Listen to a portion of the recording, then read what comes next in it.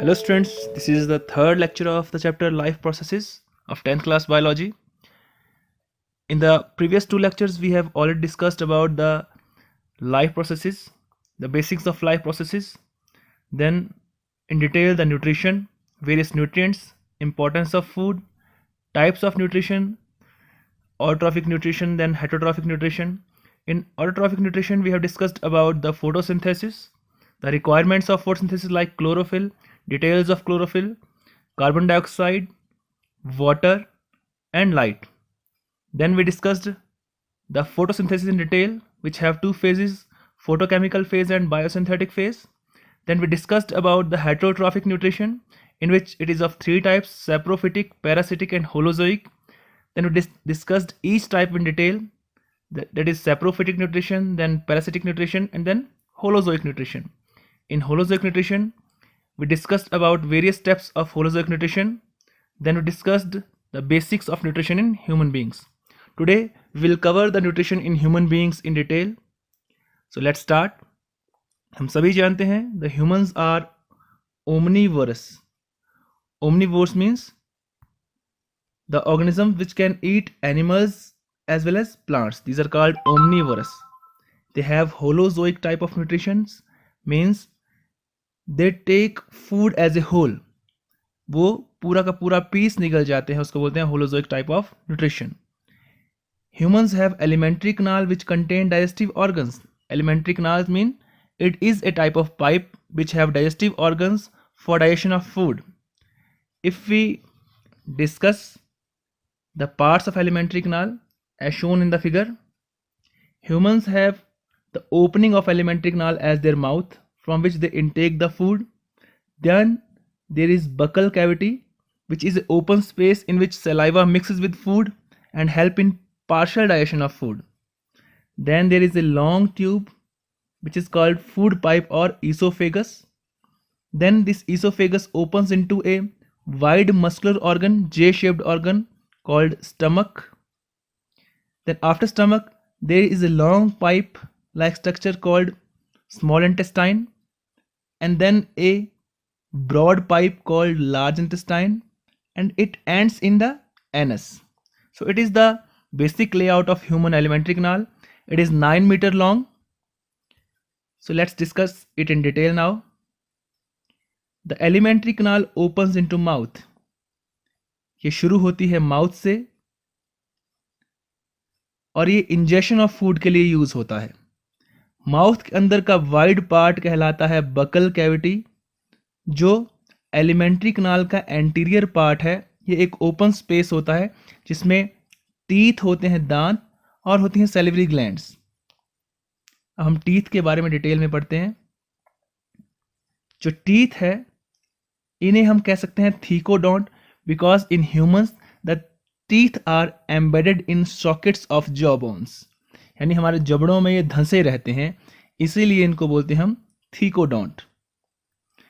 और दांत बने होते हैं डेंटाइन से, और जो इसका ऊपर का एरिया होता है कवरिंग, उसको क्राउन बोलते हैं, वो बनती है एनेमल से. और एनेमल क्या है? हार्डेस्ट सब्सटेंस ऑफ बॉडी कहलाता है. Enamel is the hardest substance of body. और ये कहाँ होता है? टीथ का क्राउन इससे बनता है. ह्यूमंस में 4 तरह के दांत होते हैं. 4 डिफरेंट तरह के दांत हमारे जॉ में पाए जाते हैं, इसलिए इस अरेंजमेंट को हम हेट्रोडोंट भी कहते हैं. Hetero means different, don't many दांत. तो ह्यूमंस में 4 तरह के दांत पाए जाते हैं, इसलिए इसको बोलते हैं हम हेट्रोडोंट. और 4 तरह के कौन कौन से हैं ये? Number 1 incisor, then canine, premolar and molar. इसके बाद हम सभी जानते हैं कि ह्यूमंस में दांत 2 बार आते हैं. एक बार होते हैं दूध के दांत जिनको बोलते हैं हम डेसिडुअस और मिल्क टीथ, और एक बार जो परमानेंट होते हैं उसको बोलते हैं हम परमानेंट टीथ. डेसिडुअस टीथ की संख्या होती है 20, जो बचपन में हमारे पास आते हैं. और जो परमानेंट टीथ हैं ये होते हैं 32. That's why it is called बत्तीसी. लोकल लैंग्वेज में इसको कहते हैं बत्तीसी. और इसी अकरेंस को कि दांत 2 बार आते हैं, इसलिए हम दांतों कह सकते हैं डाईफायोडोंट, मीन्स 2 बार आने वाले दांत. अगर हम बात करें दांतों के अरेंजमेंट की, तो जो डेसिडुअस टीथ होते हैं उनका डेंटल फॉर्मूला है 2102 divide by 2102 means if these are two layers of teeth in your mouth, this is upper and this is lower. In upper portion we can divide our jaw into 4 parts. Then now how we calculate 2102? 2 incisors 1 and 2, then 1 molar, canine, 2 incisors 1 canine, then 0 premolar and 2 molars. That's why 2102. Lower में भी यही होगा 2102. इस side को बात करेंगे 2102 and 2102. Calculate करेंगे number of teeth. ऊपर हुए 2 3 4 5, इस साइड 5, यहाँ 5, इस साइड भी 5, यहाँ 5 और यहाँ 5, टोटल हो गए 20. तो इस तरह से हम अपने दांतों को अरेंज करते हैं किसमें, मिल्क टीथ में. अगर परमानेंट टीथ की बात करें जहाँ पे 32 दांत होते हैं, वहाँ का डेंटल फार्मूला है 2123 बाय 2123. इसको कैसे करेंगे, अगर हम अपने जॉ को 4 भागों में बांटें, ऊपर 2 इंसीजर, 1 कैनाइन, 2 प्रीमोलर और 3 मोलर, यानी कितने हो गए 2 1 2 3. ऊपर 8, लोअर में भी कितने रहेंगे 8, यहाँ भी 8 और इस साइड भी 8, तो 8 चौके 32. टोटल कितने हो गए हमारे पास 32 परमानेंट टीथ हो गए. तो इस तरह से दांतों का अरेंजमेंट होता है. ये होते हैं थीकोडोंट, यानी कि ये धंसे रहते हैं हमारे जॉ बोन्स के अंदर. हेटेरोडोंट क्योंकि 4 तरह के दांत होते हैं. डाइफायोडोंट क्योंकि 2 बार दांत आते हैं, एक बार मिल्क टीथ और एक बार परमानेंट टीथ. डेंटल फार्मूला है मिल्क टीथ का 2102 बाय 2102 और परमानेंट का है 2123 डिवाइड बाय 2123. इसके अलावा बक्कल कैविटी में होते हैं हमारे पास सैलिवरी ग्लैंड्स. सैलिवरी ग्लैंड्स ऐसी ग्लैंड्स यानी जो सलाइवा सिक्रीट करती हैं. हमारे मुंह में जो मॉइस्ट सा लिक्विड रहता है उसको सलाइवा कहते हैं. और सैलिवरी ग्लैंड्स होती हैं 3 पेयर्स में होंगी ये, पैरोटिड, सब मैक्सिलरी एंड सबलिंगुअल. ये पोजीशन के बेस पे नाम दिए गए हैं. अब सलाइवा हमारे माउथ की सिक्रेशन है. इसमें मेनली कंटेंट क्या क्या होते हैं जो डाइजेशन में हेल्प करेंगे. सलाइवा में फर्स्ट कंटेंट है म्यूकस. एक तरह से लिक्विड सब्सटेंस होता है जो फूड को सॉफ्ट करने में, मिक्सिंग करने में हेल्प करता है. नेक्स्ट होता है हमारे पास लाइसोजाइम. लाइसोजाइम मीन्स लाइसिस करने वाले एंजाइम. ऐसे एंजाइम जो लाइसिस यानी तोड़ने में हेल्प कर रहे हैं. और किसको, माइक्रोब्स को. अगर हमारे माउथ में बक्कल कैविटी में कोई माइक्रोब्स फूड के साथ आ जाते हैं तो लाइसोजाइम उनको ब्रेक डाउन करता है, इससे वो इन्फेक्शन होने से बचाता है. थर्ड जो कंपोनेंट है बहुत मेन, जो बार बार पेपर में पूछा जाता है, वो है टाइलिन. इसको हम सैलिवरी अमाइलेज और अल्फा अमाइलेज भी कहते हैं. और ये हेल्प करता है स्टार्च के ब्रेकडाउन में या कार्बोहाइड्रेट्स के पार्शियल डाइजेशन में.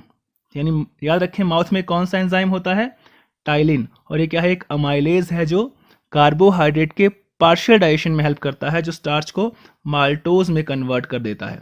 ये माल्टोज, लैक्टोज, ये सभी क्या होते हैं, शुगर्स ही होती हैं या कार्बोहाइड्रेट इनको कह सकते हैं हम. फोर्थ हमारे पास सलाइवा में वाटर. वाटर आपके फूड के मिक्सिंग में हेल्प करेगा, उसके हेल्प करेगा घुलने में, ताकि ईजिली इसको हम च्यू कर सकें, चबा सकें दांतों के द्वारा. इसके अलावा सलाइवा दांतों को साफ करने में मदद करता है और हमारी बक्कल कैविटी, लिप्स, टंग को मॉइस्ट रखने में हेल्प करता है, इसको ड्राई नहीं होने देता. तो हमारे सलाइवा हमने देखा कि 4 कंपोनेंट थे, म्यूकस, लाइसोजाइम, टाइलिन और वाटर. इसके अलावा दांतों में एक टर्म आती है रिलेटेड, डेंटल कैरीज यानी दांतों की सड़न. और इसमें कौन माइक्रोब इन्वॉल्व है, उसको बोलते हैं हम स्ट्रेप्टोकोकस म्यूटेंस. ये एक तरह का डेंटल प्लेग है, यानी yellowish layer of food debris and epithelial layer and bacteria on the teeth. इसको बोलते हैं डेंटल कैरीज. और यहाँ से क्वेश्चन आता है कौन सा माइक्रोब यहाँ पे इन्वॉल्व होता है, इसको बोलते हैं हम स्ट्रेप्टोकोकस म्यूटेंस. एक बैक्टीरिया है. अब देखेंगे कि बक्कल कैविटी में फूड के ऊपर क्या एक्शन होता है। हमने देखा फूड यहाँ पे मॉइस्टन यानी वो थोड़ा गीला हो जाता है, क्रस्ड उनको दांतों के द्वारा बिल्कुल चबा दिया जाता है और ये पार्शली डाइजेस्ट होता है, कंप्लीटली नहीं होता। यानी यहाँ पे जो कार्बोहाइड्रेट्स थे फूड में वो पार्शली डाइजेस्ट होंगे ओनली, इसके अलावा फैट और प्रोटीन का कोई डाइजेशन यहाँ पे नहीं होगा। और जो ये partially digested food buccal cavity का होगा ये एक गोला सा बनाता है, इसको बोलते हैं हम बोलस। क्या बोलते हैं इसको हम? बोलस। और यही बोलस कहाँ जाएगा? अब हमारे स्टमक तक जाता है विद हेल्प ऑफ ईसोफेगस या फूड पाइप। तो इसके बाद का जो हमारा पोर्शन है वो है फेरिंक्स। यहाँ हमारा माउथ था, माउथ के बाद ये बक्कल कैविटी आई, उसके बाद जो पाइप यहाँ शुरू होती है इस एरिया को, इसे बोलते हैं हम फेरिंक्स, जो ओपन होगा ईसोफेगस में। फेरिंक्स वह जंक्शन है जहाँ से फूड पाइप और ट्रैकिया यानी विंड पाइप दोनों इकट्ठी निकलती हैं। ये विंड पाइप है, इसको ट्रैकिया बोलते हैं, और ईसोफेगस है फूड पाइप।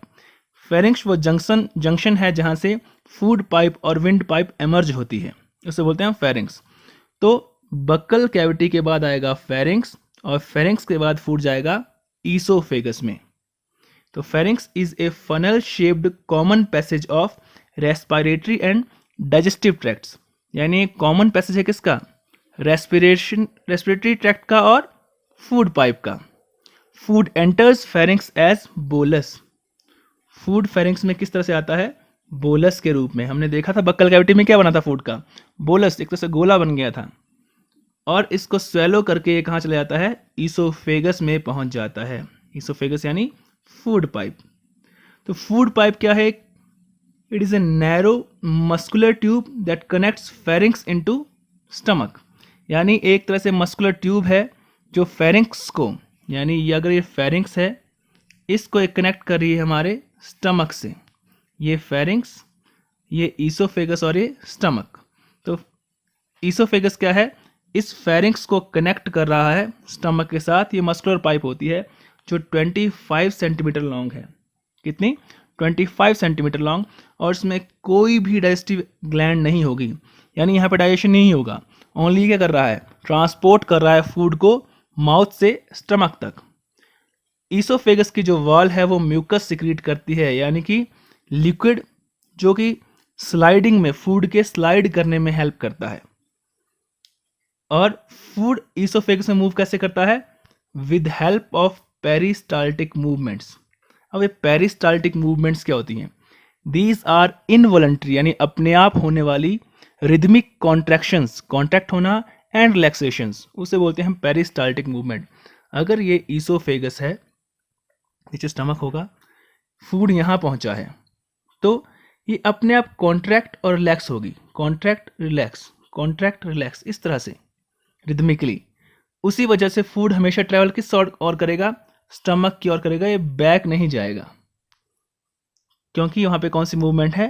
पेरिस्टाल्टिक मूवमेंट, जो इनवॉलंटरी कॉन्ट्रैक्शन एंड रिलैक्सेशन होती हैं हमारे मसल्स की। फॉर एग्जांपल इसको अगर अच्छे से समझे हम, अगर ये ईसोफेगस है, फूड यहाँ पहुँचा है, तो ये एरिया मान लिया कॉन्ट्रैक्ट हो जाएगा, तो फूड थोड़ा आगे मूव करेगा, ये रिलैक्स हो जाएगा। जब फूड यहाँ पहुँच जाएगा तो ये एरिया कॉन्ट्रैक्ट होगा, ये रिलैक्स होगा। वैसे माइन्यूट कॉन्ट्रैक्शन रिलैक्सेशन होती हैं ये, जिसमें फूड हमारा लगातार आगे की ओर बढ़ता जाता है जब तक ये स्टमक तक ना पहुँच जाए। इन्हें बोलते हैं हम पेरिस्टाल्टिक मूवमेंट्स। अब ईसोफेगस से जैसे कि फूड स्टमक तक पहुँच चुका है, तो स्टमक क्या है? इट इज, अगर ये ईसोफेगस है, इस तरह से स्टमक बनाया जाता है। It is a J shaped, इस तरह से देखिए, it is a J shaped wide, क्योंकि बहुत चौड़ा भी है ये, वाइड थिक वॉल्ड, इसकी वॉल थिक होती है, muscular organ of alimentary canal. कैसा? ये जे शेप का wide thick walled muscular organ, किसका? एलिमेंट्री कनाल का। एलिमेंट्री कनाल का ही पार्ट है जो कैसा होता है? जे शेप का होता है और थिक वॉल्ड होता है, और ये एब्डोमेन के अपर पार्ट में होता है। अब ये एब्डोमेन क्या है? फॉर एग्जाम्पल बात करें अगर बॉडी को हम, ये ह्यूमन है एक, अगर ये ह्यूमन है, इसके इस पार्ट को कहते हैं हेड। जहाँ लंग्स होते हैं, लंग्स यानी हमारे फेफड़े होते हैं, वहाँ तक पोर्शन होता है थोरैक्स। ये हेड, ये थोरैक्स, और इसके नीचे का पार्ट है एब्डोमेन। जिसे पेट कहते हैं हम। ह्यूमन बॉडी को 3 भागों में बांटा जाता है, head, thorax and abdomen. Thorax area यानी जो आपके लंग्स के आसपास का एरिया होता है, और एब्डोमेन यानी आपका पेट वाला एरिया। तो स्टमक कहाँ होता है? It lies in left upper part of abdomen, यानी यहाँ पे इस एरिया में आपके पास रहेगा। कहाँ पे? इस एरिया में आपको ये दिखता रहेगा यहाँ पे। ठीक है, तो स्टमक में फूड का डाइजेशन होगा। पार्शियल डाइजेशन किसकी हेल्प से? गैस्ट्रिक जूस की हेल्प से। अब गैस्ट्रिक जूस क्या है?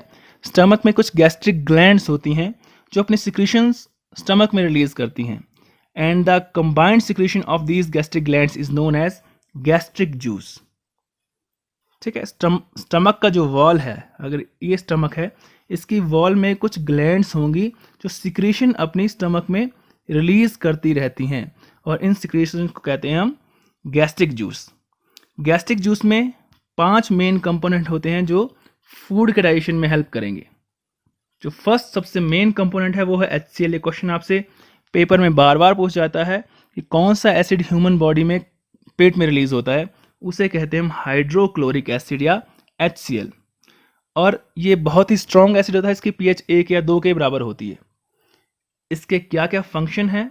It help in softening of food, food को ये सॉफ्ट कर देगा, बिल्कुल पचाने में हेल्प करेगा, उसको तोड़ने ब्रेक डाउन में हेल्प करता है।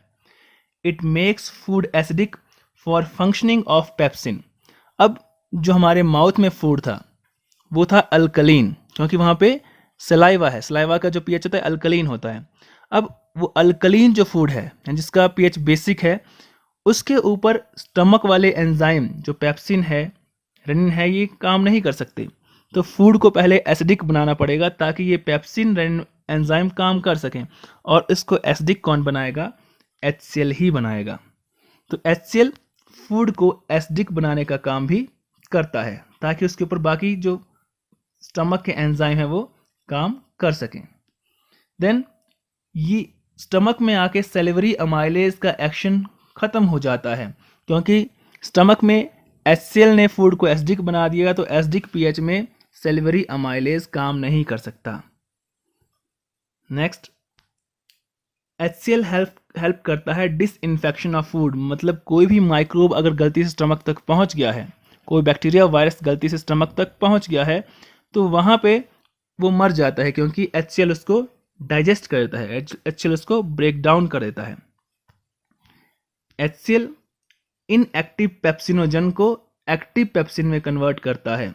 जो ये एंजाइम है पेप्सिन, ये इनएक्टिव स्टेट में हमारे स्टमक में मिलता है, उसको एक्टिवेट कौन करेगा? HCl ही करता है। मतलब अगर हम देखें पेप्सिनोजन, इस तरह से मान लीजिए पेप्सिनोजन है, इसके ऊपर HCl एक्ट करेगा, HCl एक्ट करेगा तभी वो पेप्सिन यानी एक्टिव एंजाइम बनेगा। बिना HCl के पेप्सिन इनएक्टिव ही रहता है। और इसके अलावा क्या काम करता है HCl? ये इनएक्टिव प्रोरेनिन को भी रेनिन में कन्वर्ट करता है, यानी ये इस एंजाइम रेनिन को भी एक्टिवेट करेगा ताकि अपना फंक्शन कर सके। नेक्स्ट हमारा सेकंड जो कंपोनेंट है गैस्ट्रिक जूस का वो है पेप्सिन। पेप्सिन ऐसा एंजाइम है जो स्टमक में प्रोटीन्स के पार्शियल डाइजेशन में हेल्प करता है। ये प्रोटीन्स को डाइजेस्ट करता है पेप्टोन्स और पेप्टियोजेज में, और ये किस pH पे काम करता है? ओनली 2 और 3.5 तक, यानी एसिडिक pH में ही काम करेगा, जो किसकी वजह से पॉसिबल है? HCl की वजह से पॉसिबल है। इसके बाद है हमारे पास third component, that is gastric lipase. जब भी वर्ड आएगा लाइपेज, यानी ये वो एंजाइम है जो लिपिड्स को, फैट्स को डाइजेस्ट करने का काम करते हैं। हमने पहले वर्ड पढ़ा सेलिवरी अमाइलेज। जब भी वर्ड अमाइलेज आएगा यानी वो कार्बोहाइड्रेट को डाइजेस्ट करने वाला एंजाइम है। एज जब वर्ड आता है ASE लास्ट में, अमाइलेज, लाइपेज, जब एज वर्ड आएगा यानी वो कोई एंजाइम होता है। और अमाइलेज क्या करता है? कार्बोहाइड्रेट्स को डाइजेस्ट करता है। लाइपेज क्या करता है? फैट्स को डाइजेस्ट करता है। तो जो गैस्ट्रिक लाइपेज है यानी स्टमक में मिलने वाला लाइपेज, ये ओनली इन्फेंट्स यानी छोटे बच्चों में ही एक्टिव होता है और उनके फैट्स के ब्रेक डाउन में हेल्प करता है। हमारा फोर्थ जो कंपोनेंट है गैस्ट्रिक जूस का, उसमें आता है रेनिन। रेनिन यानी ये भी इन्फेंट्स में ही एक्टिव होता है एंजाइम जो मिल्क प्रोटीन, क्योंकि छोटे बच्चे दूध बहुत पीते हैं, उनको दूध ही डाइट होती है उनकी, उस मिल्क प्रोटीन कैसीन जो प्रोटीन होती है इसमें, उसको पैरा कैसीन में कन्वर्ट कर देता है। और इस रिएक्शन को बोलते हैं हम कर्लिंग ऑफ मिल्क, यानी दही बन जाना। एक बार से फिर समझते हैं कि जो रेनिन है, जो दूध पीते हैं उस दूध में होता है कैसीन, एक मिल्क प्रोटीन होता है, उसको वो कन्वर्ट करता है पैरा कैसीन में। इस रिएक्शन को बोलते हैं कर्लिंग ऑफ मिल्क। ठीक है, यानी ये मिल्क प्रोटीन डाइजेस्ट करने में हेल्प कर रहा है। जो हमारा फिफ्थ कंपोनेंट है वो है म्यूकस। म्यूकस का बहुत ही इंपॉर्टेंट फंक्शन है स्टमक में। For example, if this is stomach, stomach में HCl होता है। HCl फूड को डाइजेस्ट कर सकता है बहुत इजीली, लेकिन अगर मान लिया स्टमक में फूड एब्सेंट है, यहाँ फूड अगर नहीं है, अगर हमारा स्टमक खाली है बिल्कुल, तो क्या होगा, जो HCl है वो क्या करेगा, उसको कुछ ना कुछ डाइजेस्ट करने के लिए चाहिए, वो स्टमक की वॉल को ही डाइजेस्ट करना शुरू कर देगा, उसको ही वो गलाना शुरू कर देगा, और उसके इस एक्शन से पेट में छेद पड़ जाते हैं या बहुत बड़े भारी जख्म हो जाते हैं, जिन्हें हम पेप्टिक अल्सर्स कहते हैं। तो जो म्यूकस है वो इस स्टमक वॉल के ऊपर एक प्रोटेक्टिव लेयर बना देता है ताकि HCl इसके ऊपर एक्ट ना कर सके, HCl इसके ऊपर एक्ट ना कर सके। तो म्यूकस हमारे स्टमक की लाइनिंग को प्रोटेक्ट करता है HCl या पेप्सिन के एक्शन से। तो ये 5 कंपोनेंट थे गैस्ट्रिक जूस के, जिसमें फर्स्ट आता है हमारे पास HCl, then pepsin, gastric lipase, rennin and then mucus. अब समराइज करते हैं फंक्शंस ऑफ स्टमक। स्टमक क्या करता है, टेम्परेरी स्टोरेज ऑफ फूड, क्योंकि ये बहुत बड़ा मस्कुलर ऑर्गन है हमारी एलिमेंट्री कनाल का, तो यहाँ पे कुछ टाइम के लिए फूड स्टोर रहता है। सॉफ्टनिंग ऑफ फूड, फूड के ब्रेकडाउन में हेल्प करेगा। Then disinfect the food, means जो भी माइक्रोब अगर स्टमक तक पहुंच चुका है उसे वो खत्म कर देगा। Mixes the food by churning movement, यानी इसमें कुछ मूवमेंट होती है इस तरह से, उससे क्या होगा, फूड अच्छे से मिक्स हो जाता है। Then partial digestion of food, means क्योंकि स्टमक में प्रोटीन्स का डाइजेशन हो रहा है पेप्सिन की हेल्प से, रेनिन की हेल्प से, फैट्स का डाइजेशन हो रहा है लाइपेज की हेल्प से, तो ये क्या करेगा, पार्शियल डाइजेशन ऑफ फूड में हेल्प करेगा। इसके अलावा कुछ फूड के कंपोनेंट होते हैं जो स्टमक से ही एब्जॉर्ब हो जाते हैं, जैसे कुछ ड्रग्स होती हैं, दवाइयाँ, पानी, अल्कोहल, ये हमारे स्टमक से ही एब्जॉर्ब हो जाता है ब्लड में। तो ये एब्जॉर्प्शन ऑफ फूड में भी हेल्प करता है। और regulation of passage of food into intestine, यहाँ अगर हम बात करें,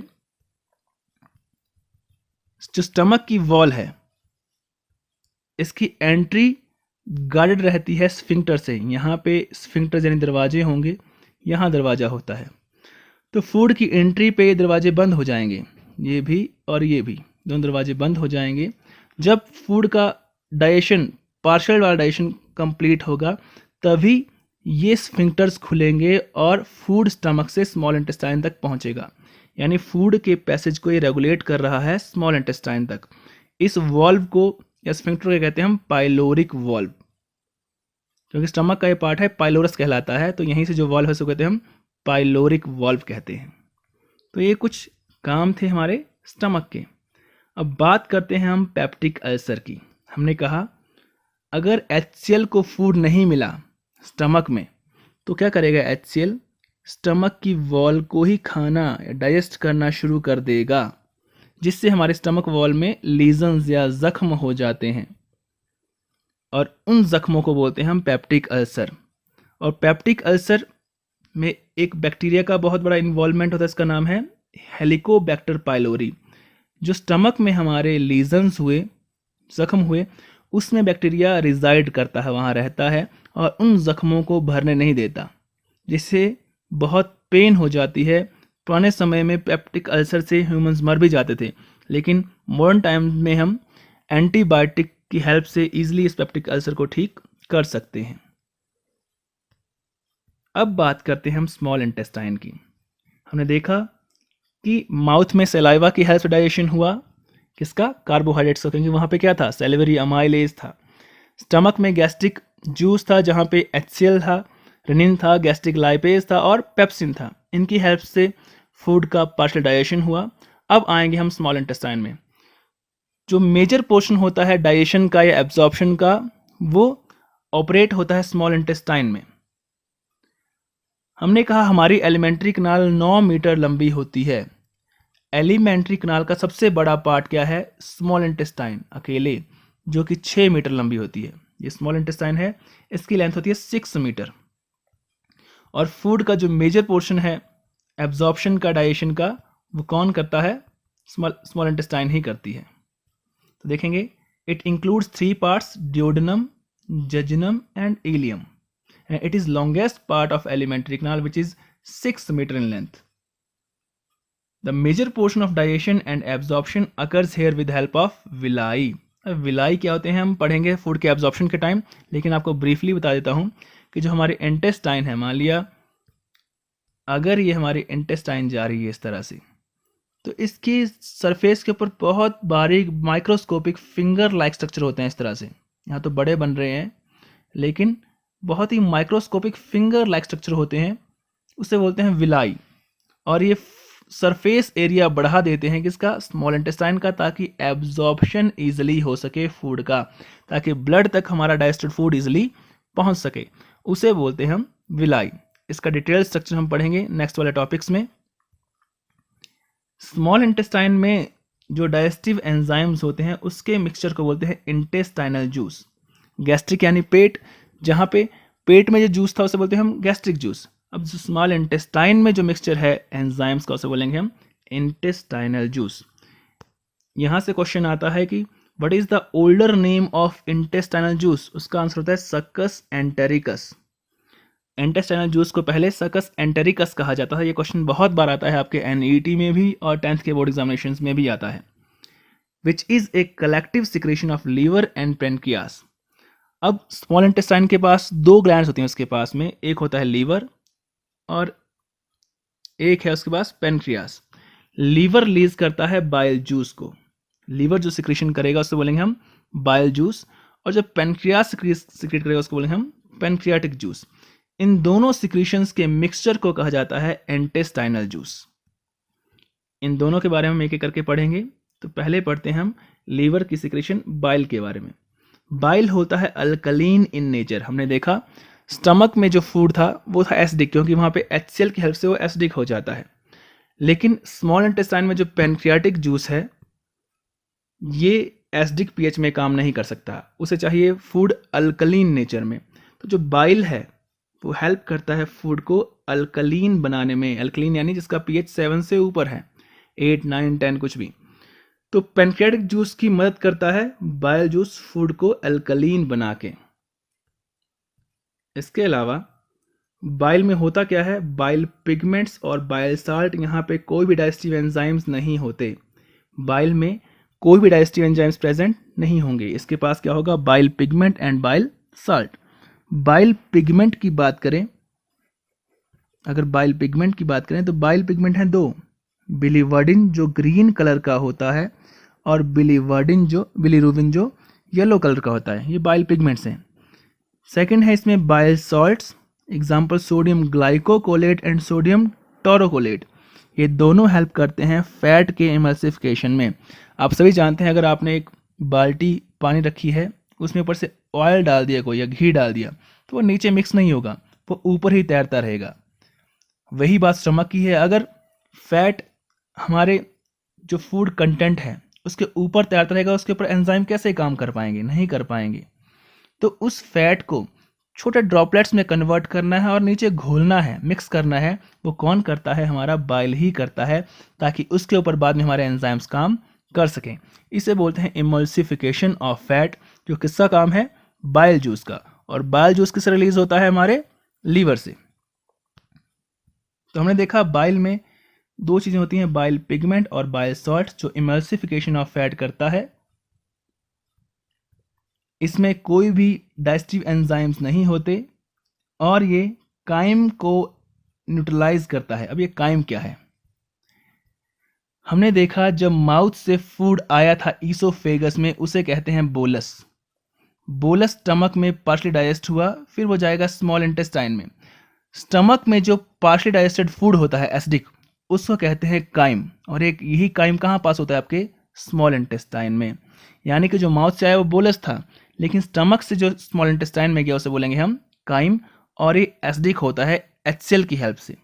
ठीक है, तो उस काइम की एसिडिटी को ख़त्म करना है, उसे अल्कलीन बनाना है, ताकि हमारा पैंक्रियाटिक जूस उसके ऊपर काम कर सके। कौन करेगा? ये हमारा बाइल जूस ही करेगा। और इसके अलावा हमारा बाइल क्या करेगा? Prevents putrefaction of food, means food को सड़ने से बचाएगा। ठीक है, इसका मेन काम क्या है? Emulsification of fats. हमेशा याद रखें, इमल्सिफिकेशन ऑफ फैट कौन करेगा? बाइल जूस करेगा। तो ये फंक्शन थे हमारे लीवर के सिक्रेशन बाइल जूस के। Now let's discuss about the pancreatic juice and its function. Pancreatic juice में जो कि स्लाइटली अल्कलीन होता है, इसमें 3 कंपोनेंट्स होते हैं बहुत main. First is trypsin, second is amylase and third is lipase. Trypsin pepsin दोनों एक जैसे वर्ड हैं, इसमें बच्चे बहुत कंफ्यूज करते हैं। पेप्सिन याद रखें पेट में होता है, स्टमक में होता है, पी से पेट। पेप्सिन कहाँ होगा? आपके स्टमक में होगा, ये भी वहाँ प्रोटीन डाइजेस्ट करता है। लेकिन पैंक्रियाटिक जूस में क्या होता है? स्मॉल इंटेस्टाइन में ट्रिप्सिन होता है, जो यहाँ पे प्रोटीन्स का डाइजेशन का काम करता है। इसके अलावा है अमाइलेज। हमने कहा अमाइलेज जब भी वर्ड आएगा ये कार्बोहाइड्रेट को डाइजेशन करने का काम करेगा, ये पैंक्रियाटिक अमाइलेज है। सलाइवा में सेलिवरी अमाइलेज था। लाइपेज हमने कहा जब भी वर्ड आएगा वो फैट्स को डाइजेस्ट करेगा, ये पैंक्रियाटिक लाइपेज है, वहाँ पे गैस्ट्रिक लाइपेज था स्टमक में। तो पैंक्रियाटिक जूस में 3 एंजाइम होते हैं, trypsin, amylase and lipase. Trypsin proteins को डाइजेस्ट करेगा, अमाइलेज कार्बोहाइड्रेट्स को डाइजेस्ट करेगा, और लाइपेज फैट्स को डाइजेस्ट करने का काम करता है। तो ये फंक्शन थे हमारे पैंक्रियाटिक जूस के। तो स्मॉल इंटेस्टाइन में आके फूड कंप्लीटली डाइजेस्ट हो जाता है with help of bile juice and pancreatic juice. Liver के बारे में थोड़ा सा और पढ़ें। Liver is the largest gland of body which is about 1.5 kilograms. Largest gland कौन सी होगी? लीवर होगी। इसमें 2 लोब्स यानी 2 कोने होते हैं। राइट लोब जो लार्जर है, और स्मॉलर कौन सी है? Left lobe. और जो लीवर से सिक्रेशन आती है बाइल जूस की, वो कहाँ स्टोर रहती है? पार्शियली गॉल ब्लैडर में ही स्टोर रहती है। आपने सुना होगा गॉल स्टोन्स हो जाते हैं, फिर हम गॉल ब्लैडर को रिमूव करते हैं, क्योंकि गॉल ब्लैडर इतना इंपॉर्टेंट नहीं है, इसलिए इसको रिमूव भी कर दें तो ज़्यादा नुकसान नहीं होता है। अब फंक्शंस पढ़ेंगे हम लीवर के। It help in storage of glycogen. होता क्या है? अगर हमारे ब्लड में ग्लूकोज बहुत बढ़ जाए, हमें इतनी ज़रूरत नहीं है, फूड से ग्लूकोज जो मिला डाइजेशन के बाद उसका अमाउंट बहुत बढ़ गया, तो सिक्रेशन होती है पैनक्रियास, इसको बोलते हैं इंसुलिन। एक इंसुलिन हार्मोन होता है, ये पैनक्रियास से निकलता है इंसुलिन। ये इस ग्लूकोज को ग्लाइकोजन में कन्वर्ट कर देता है, इस ग्लूकोज को ग्लाइकोजन में कन्वर्ट करता है। और कहाँ स्टोर करता है इसको? लीवर में। इसलिए क्या, फिर लीवर को हम फैटी लीवर भी कहते हैं। तो लीवर हेल्प करता है हमारे स्टोरेज ऑफ ग्लाइकोजन में। ये यूरिया फॉर्म करता है। यूरिया यानी जो हम न्यूट्रिशन के थ्रू, यूरिनेशन के थ्रू बाहर निकालते हैं, ये एक वेस्ट प्रोडक्ट होता है। तो ये फॉर्मेशन कौन करवाता है? लीवर ही करवाता है। ये ग्लूकोज का फॉर्मेशन करवाएगा ऑर्गेनिक एसिड से, इसको बोलते हैं नियोग्लूकोजेनेसिस, यानी किसी नए सोर्स से ग्लूकोज को फॉर्म करवाना। तो वो कौन करवाता है? लीवर। आयरन का स्टोरेज करेगा, vitamin A, D, E, B12 का स्टोरेज करेगा, ब्लड में हेपरिन का सिक्रेशन करवाएगा। हेपरिन क्या है? ये ब्लड को जमने से रोकता है, एंटी कोगुलेंट है ये। और हीमोग्लोबिन को डिकम्पोज करने का काम करता है, बाइल सिक्रीट करता है, डिटॉक्सिफिकेशन, अगर हमारी बॉडी में टॉक्सिन्स बहुत जमा हो गए हैं तो उनको डिटॉक्सिफाई करने का काम भी लीवर ही करता है। इसके अलावा ये पैथोजेंस को मारने का काम करेगा विद हेल्प ऑफ कफर सेल। ये क्वेश्चन आता है NEET में कि लीवर में कौन सेल होते हैं? कफर सेल, जो कैसे हैं, फैगोसाइटोटिक हैं, जो पैथोजेंस को मार सकते हैं। तो ये फंक्शन थे लीवर के। इसके बाद देखेंगे हम पेनक्रियास के बारे में। लीवर क्योंकि लार्जेस्ट ग्लैंड था, सेकंड कौन सा है, पेनक्रियास। और ये हेट्रोक्राइन इन नेचर है। इसका मतलब क्या होता है, हेट्रोक्राइन यानी इसकी सिक्रेशंस डक्ट के थ्रू यानी पाइप के थ्रू निकलती हैं। दो तरह की ग्लैंड्स होती हैं, एंडोक्राइन और हेट्रोक्राइन। एंडोक्राइन ग्लैंड्स इन जिनमें कोई डक्ट नहीं होती है, कोई पाइप नहीं होती, उनकी सिक्रेशन सीधा ब्लड में चली जाती है और ब्लड से ही वो अपने टारगेट ऑर्गन तक पहुंचेगी। हेट्रोक्राइन कौन सी होती हैं, जिनमें जो सिक्रेशंस हैं वो एक डक्ट के थ्रू निकलेंगी, एक प्रॉपर पैसेज के थ्रू निकलती हैं। और पेनक्रियास दो हार्मोन्स भी प्रोड्यूस करता है एंजाइम्स के अलावा। हार्मोन्स कौन से हैं, इंसुलिन और ग्लाइकोगन। इंसुलिन ग्लूकोज से ग्लाइकोजन बनाता है और ग्लूकागन जो है, ग्लूकागन बोलते हैं ऐसे, ग्लूकागन ग्लाइकोजन को ग्लूकोज में कन्वर्ट करता है, यानी ये ब्लड ग्लूकोज को मॉनिटर करने का काम करता है। पेनक्रियास में 3 एंजाइम भी होते हैं, trypsin, pancreatic amylase and pancreatic lipase. तो ये फंक्शन थे लीवर और पेनक्रियास के। तो स्मॉल इंटेस्टाइन तक आते आते फूड कंप्लीटली डाइजेस्ट हो जाता है। अब क्या रिजल्ट होगा उस डाइजेस्टेड फूड का, ये कहाँ जाएगा, उसका कोर्स पढ़ेंगे हम। जो डाइजेस्टेड फूड है वो स्मॉल इंटेस्टाइन में विलाई के थ्रू एब्जॉर्ब हो जाता है ब्लड में, क्योंकि ब्लड से ही वो हर एक सेल तक पहुंचेगा। अब विलाई का स्ट्रक्चर देखते हैं। यहाँ पे विलाई है, ये हमने कहा था विलाई क्या थे, these are finger like microscopic structures. अब ये कैसे एब्जॉर्प्शन में हेल्प करता है, देखिए फिंगर लाइक स्ट्रक्चर ही है ये। इसको हम अच्छे से देखते हैं। अगर यहाँ मैं इसको अलग से बनाऊं इस तरह से, ये फिंगर लाइक स्ट्रक्चर ही है जो सरफेस एरिया बढ़ाने का काम करेगा किसका, स्मॉल इंटेस्टाइन का, ताकि एब्जॉर्प्शन हमारा इंक्रीज हो सके। इसमें ब्लड सप्लाई होती है अच्छे से। हमने देखा यहाँ पे क्या है, ब्लड सप्लाई है, ताकि जो फूड आए वो ईजिली कहाँ पहुँच जाए, सीधा ब्लड में पहुँच जाए और ब्लड इसको हर एक सेल तक पहुँचा दे जहाँ इसका यूज़ हो जाएगा। इसके अलावा इसमें एक लिम्फेटिक वेसल होती है, इसको बोलते हैं लैक्टील। लैक्टील क्या करती है, फैट को एब्जॉर्ब करने का काम करती है। जो भी फैट होगा हमारे डाइजेस्टेड फूड में वो कहाँ जाएगा, इस लिम्फेटिक वेसल में जाएगा, लैक्टील में जाएगा। तो यानी जो ग्लूकोज है वो तो हमारा ब्लड एब्जॉर्ब कर लेगा, लेकिन फैट कौन एब्जॉर्ब करेगा, लैक्टील एब्जॉर्ब करेगी। इसके अलावा इसका एब्जॉर्प्शन सरफेस बढ़ाने के लिए जो सरफेस है विलाई का, इसके ऊपर और होते हैं फिंगर लाइक स्ट्रक्चर्स को बोलते हैं माइक्रोविलाई। क्या बोलते हैं इसको हम, माइक्रोविलाई। ये इसका सरफेस एरिया और बढ़ा देंगे ताकि एब्जॉर्प्शन हमारा और फास्ट हो सके। तो जो विलाई है ये स्ट्रक्चर हैं हमारे फूड को एब्जॉर्ब करने में हेल्प करने वाले, जिसके पास ब्लड सप्लाई भी है और लैक्टील भी है, जहाँ से ग्लूकोज और फैट दोनों ईजिली एब्जॉर्ब हो जाएंगे ब्लड में। और ये ब्लड उस ग्लूकोज को हमारे सेल्स तक पहुँचा सकता है, क्योंकि सेल्स में ही क्या है, माइटोकॉन्ड्रिया हैं, जहाँ पे हमारा फूड एनर्जी बनाएगा, वहाँ से हमें एनर्जी मिलेगी। तो हमने देखा कि जो विलाई है इसमें क्या होता है, एक लिम्फ वेसल होती है जो फैट को कैरी करती है, और ब्लड कैपिलरीज हैं जो प्रोटीन्स और कार्बोहाइड्रेट्स को कैरी करने का काम करता है।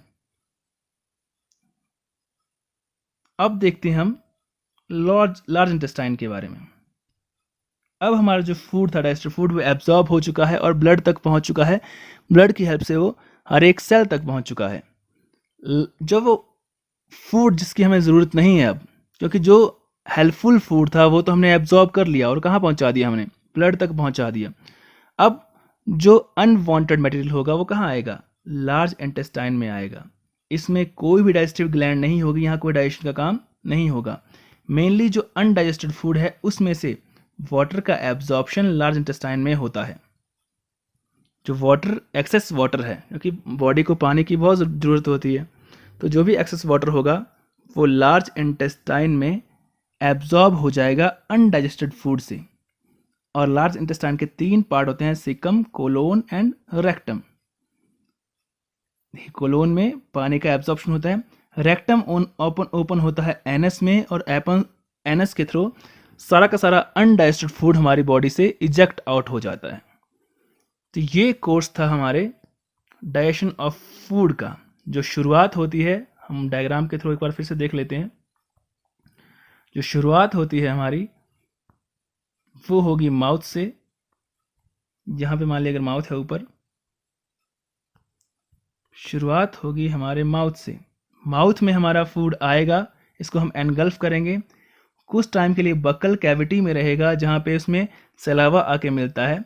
सलावा में कौन सा एंजाइम होता है? टाइलिन, जो उसके कार्बोहाइड्रेट्स को पार्शियल डाइजेस्ट करेगा। फूड को अच्छे से मिक्स किया जाएगा म्यूकस की हेल्प से। लाइसोजाइम उसमें जो माइक्रोब्स हैं उनको ख़त्म कर देंगे और जो टीथ है वो फूड का बना देंगे बोलस।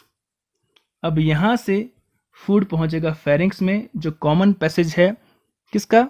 आपके रेस्पिरेटरी ट्रैक्ट का और फूड पाइप का। फूड यहाँ से आता है ईसोफेगस में, इसको कहते हैं फूड पाइप, और पेरिस्टाल्टिक मूवमेंट के थ्रू कहाँ पहुँचता है? स्टमक में।